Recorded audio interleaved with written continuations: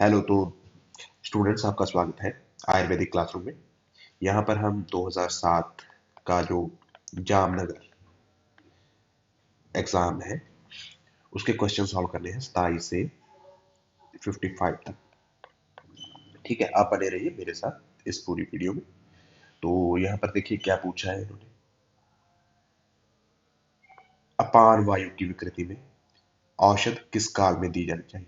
तो जो अपान वायु की विकृति है, ध्यान से आपको सुनना है कि जो अपान वायु की विकृति है उसमें औषध आपको खाने से पहले देनी चाहिए। प्राग खाने से पहले आपने औषध लेनी है और उसके बाद आपको खाना खाना है, क्योंकि जो अपान वायु का स्थान होता है वो नाभि से नीचे होता है। इसी कारण से आपको जो प्रागवक्तीय औषध लेनी है और जो मध्यवक्त औषध लेनी है वो आपको समान वायु की दृष्टि में लेनी है। ठीक है, समान वायु की दृष्टि में। और पश्चात भक्त जो आपको औषध खानी है वो कब खानी है, उदान वायु की दृष्टि में। ठीक है। और कुछ व्याधियां ऐसी होती है जैसे का, तो इसमें समुद्र औषध यानी खाने के दोनों टाइम, यानी कि खाने के पहले भी और बाद में भी औषध लेनी है। उसके बाद देखिए जेजट, जो जेजट है, चरक न्यास टीका के टीकाकार कौन है। देखिए जेजट जो लिखते हैं वो निरंतर पद व्याख्या लिखते हैं। कौन सी? निरंतर पद व्याख्या। ठीक है। और स्वामी कुमार 7th सेंचुरी के थे। इन्होंने चरक पंजिका लिखी थी। ठीक है, चरक पंजिका बाय स्वामी कुमार। और भट्टार हरिश्चंद्र लिखते हैं चरक न्यास। ठीक है। और हमारा आंसर हो गया भट्टार हरिश्चंद्र। ठीक है, ऑप्शन नंबर 4। और जोगिंदर नाथ लिखते हैं जोगिंदर नाथ सेन जो लिखते हैं पर चरक प्रदीपिका। ठीक है, इसको आपको याद कर लेना है। उसके बाद जो मानव शरीर में कूर्चों की कुल संख्या कितनी होती है। देखिए मानव शरीर में कूर्चों की जो संख्या होती है वो 6 होती है। या शुश्रूषु शरीर में 5th में यहाँ पर पूरी गणना बताई गई है, सभी अंगों की गणना बताई गई है। तो इसी प्रकार से आपको देखना है कि कूर्चे कहाँ कहाँ होते हैं। तो कूर्चे, ये 6 कूर्चे होती है। ये 2 अपने हाथों में, 2 पैरों में, एक एक पैर में एक एक। ठीक है। और एक जनेंद्रिय। ठीक है। और एक होती है जो ग्रीवा में। ठीक है, इसको आपको ऐसे ही याद करना है। उसके बाद देखिए जो लड़कों के दांत लड़कियों की अपेक्षा अधिक कष्ट से निकलते हैं, उनके निकलने में भी अधिक समय लगता है। ऐसा कुमार के दांतों में इन गुणों से युक्त होने के कारण होता है। तो देखिए काश्यप का है, इसको आपको नोट्स में भी नोट कर लेना है अगर आपने नहीं पढ़ा, लेकिन ये हमारे नोट्स में से आया हुआ क्वेश्चन है। दीर्घ व घन होने के कारण नहीं, बिल्कुल नहीं, क्योंकि लंबे दांत थोड़ी होते हैं। पुरुष हो चाहे लड़का हो चाहे लड़की, लंबा लंबा तो नहीं होगा किसी का दांत। तो ये दोनों तो चलेगी। देखिए शुशिर और मृदु कैसे, कुछ भी नहीं हो सकता। ये शुशिर यानी कि जो ब्रुटल ब्रुटल होते हैं, यानी कि भुर भुर भुर जाते हैं, भुरभुरे दांत। नहीं, ये भी नहीं होता, ये भी नहीं होता। तो आंसर है इसका घन और स्थिर। ठीक है, ये आंसर है, आप इसको लिख लें। उसके बाद देखिए सुश्रुत अनुसार वातपित्त विदग्ध का लक्षण है। ठीक है, ये आपको देखना है। तो सुश्रुत ने जो वातपित्त विदग्ध का लक्षण है वो है चित्र उत्थान प्रपाक। ठीक है, ये बातें वात में है। और जो शिपर उत्थान प्रपाक ये पित्तई में है। और यानी कि चिर चिर यानी कि टाइम कंज्यूमिंग प्रोसेस है, ये कफ में है। ठीक है। और जो घोटालो विषमो महान ये है त्रिदोषी। ठीक है, ये आपको याद कर लेना है। ठीक है। उसके बाद देखिए पानी पर किस आकृति का शस्त्रक्रम करना चाहिए। पानी यानी कि हाथ और पैर, ये दोनों पर क्या करना चाहिए, चंद्रवत यानी कि राउंडड। चांद कैसा होता है, गोल। तो चंद्र मतलब पूरा पूरा चांद। देखिए ऐसे हाथ बना लीजिए अभी। ठीक है, इस प्रकार से उस पर एक चांद का आकार बना लीजिए। ठीक है। ठीक है। ठीक है। और इसी प्रकार से एक पैर को ऐसे बना लीजिए। ठीक है, इस पे भी एक चांद बना ले। ठीक है। तो ये क्या हो गया, चंद्रवत मंडलवत। ठीक है। तो हाथ और पैर। और अर्धचंद्र कहाँ होता है, मेढक और गोदावर। ठीक है, ये आपको याद कर लेना। देखिए, तीर्यक, तीर्यक कहाँ होगा? भ्रू, गंड, शंख, ललाट, अक्षि, ओष्ठ, इन जगहों पर क्या है? तीर्यक, तीर्यक, ठीक है। और ये स्वस्तिक ऐसे डाला हुआ है। तो इसका आंसर आई होप आपको क्लियर हो ही गया हो। उसके बाद आप देखिए उत्क्षेप स्थपनिक किस प्रकार के मर्म है। उत्क्षेप और स्थपनिक, देखिए जो विशल्य घनमर्म में होते हैं, इनमें क्या होता है? शल्य को निकालने पर बंदे की क्या हो जाती है? मृत्यु हो जाती है। और इसमें महाभूत होता है वात प्रधान, ठीक है। तो इनकी जो गिनती होती है वो 3 होती है। और 3 में क्या होता है? 2 उत्क्षेप होते हैं और एक क्या होता है? स्थपनी बल, ठीक है। इस प्रकार से आपको ये याद करना है, ठीक है। उसके बाद देखिए आयु घन कफ मारुत में कृत ताप स्फोटान संकोच कुरुते। देखिए इसके बारे में आपको अपनी डायरी में लिखने वाला पॉइंट है। अशुद्ध हड़ताल के बारे में ये बोला गया है, क्योंकि ये रस शास्त्र में कुछ कोटेशंस दी गई है।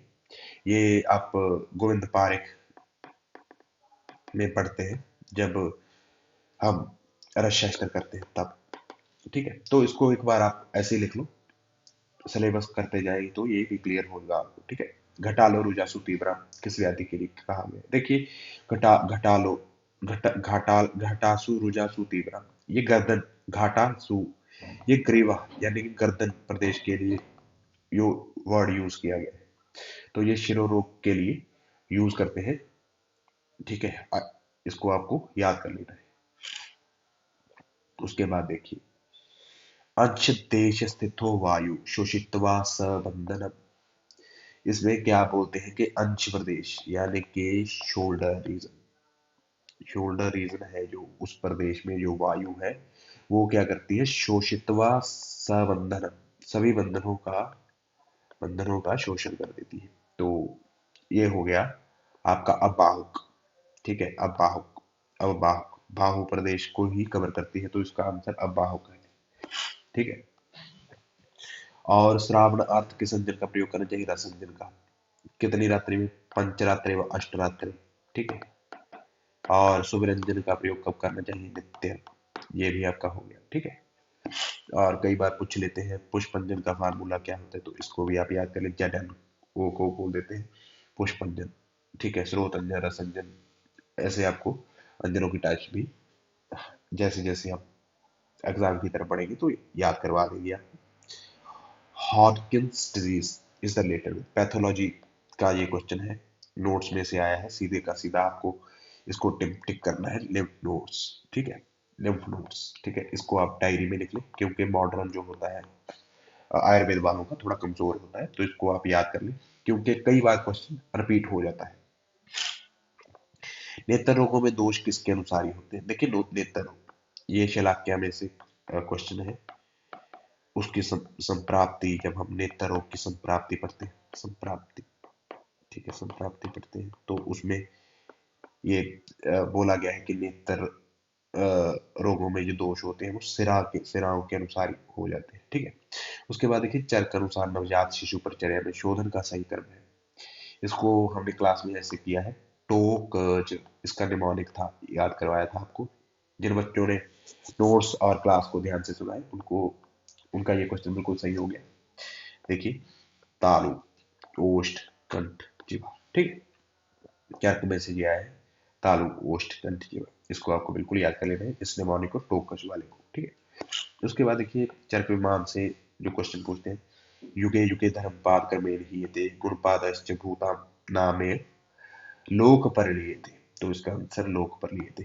जब आंसर आपको श्लोक याद होता है तो आंसर अपने आप निकल के आता है, लोक पर लिए थे, ठीक है। इसलिए आप लोक फिल करके इसको भी हो सके तो आप अपनी डायरी में लिख लें, क्योंकि ये श्लोक है, श्लोक वाली डायरी में इसको जरूर लिखें, ठीक है।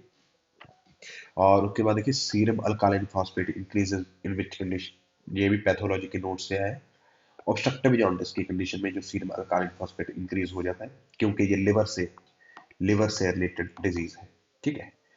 और जो हीमोलिटिक जॉन्डिस है, इसमें क्या मिलता है?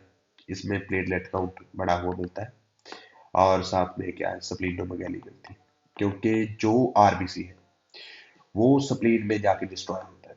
आपको ये याद करना है, ठीक है। और जो सीरम अमाइलेज है, अमाइलेज, ये एक्यूट पैनक्रेटाइटिस में बढ़ा हुआ मिलता है, ठीक है। बिल्कुल आपको ये याद करना है। क्लास के कितने भेद होते हैं? क्लास के 3 भेद होते हैं, 3 भेद, ठीक है। आंसर तो हो गया, लेकिन कौन कौन से होते हैं इसको हम यहाँ पर देख लेते हैं। दारुण, आरुण और श्वेत्र। कई स्टूडेंट्स बोलते हैं कि इसके जो भेद होते हैं वो दारुण, आरुण और श्वेत्र होते हैं। तो अगर इसको तोड़ के लिखें, ये संदेह है, और इसको तोड़ के लिखेंगे तो यही इसका यही बन जाएगा, ठीक है। आपको इसको समझ लेना है कि 3 भेद कौन कौन से हैं, दारुण, आरुण और श्वेत्र, ठीक है। और आगे करते हैं। और ये त्रिशोथी अध्याय, त्रिशोथी अध्याय में, त्रिशोथी अध्याय में से क्वेश्चन आया है, इसको आपको ध्यान रखना है। नॉर्डोस्टाई के जटामांसी, तो इसका आंसर तो डायरेक्टली है तपस्विनी। इसको आपको कैसे याद करना है? जटामांसी, जटामांसी यानी कि एक लेडी है जो बहुत टाइम से तपस्या कर रही है, और देखिए उसके बैठे बैठे क्या हो गई, उसके सर पे जटाएं, जटाएं उग गए, तो ये तपस्विनी है, तपस्विनी है। और ये इसकी जटाएं हैं, जटाएं हैं, तो ये जटाएं हैं, ठीक है।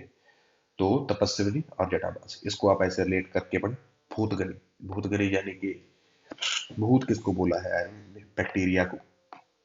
तो बैक्टीरिया को कौन मारता है? तुलसी, ठीक है, तुलसी।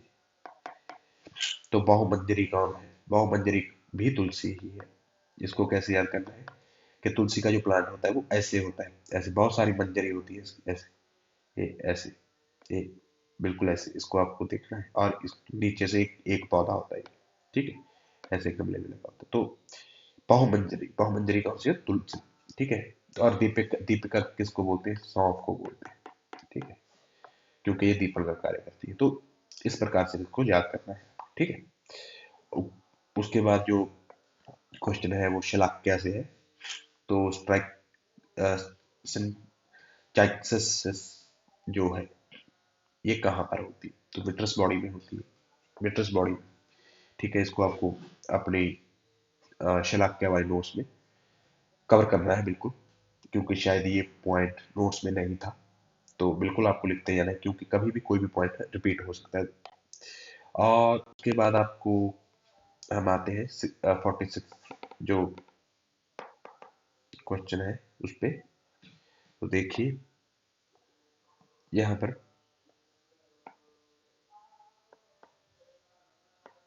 क्या है कि भागवत अनुसार नवजात शिशु में नाभिनाल कर्तन, जो भागवत है वो 4 अंगुल पर नाभिनाल कर्तन करने को बोलते हैं, लेकिन जो सुश्रुत और चरक है ये दोनों बड़े, ये बोलते हैं 8 अंगुल पर।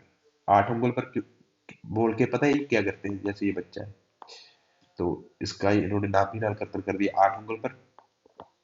अब ये लंबा कट गया तो इसको क्या करेंगे? इसकी गर्दन पे टाई कर देंगे सूत्र के साथ, ठीक है, थ्रेड के साथ इसके इसकी गर्दन में टाई कर देंगे, ताकि ये नीचे ना गिरे और इन्फेक्शन ना हो, ठीक है।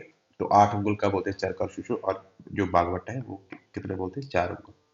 उसके बाद सुश्रुत सम्यक शार्दल का लक्षण, तो ये कृष्ण वर्ण था, ये सम्यक शार्दल का लक्षण है।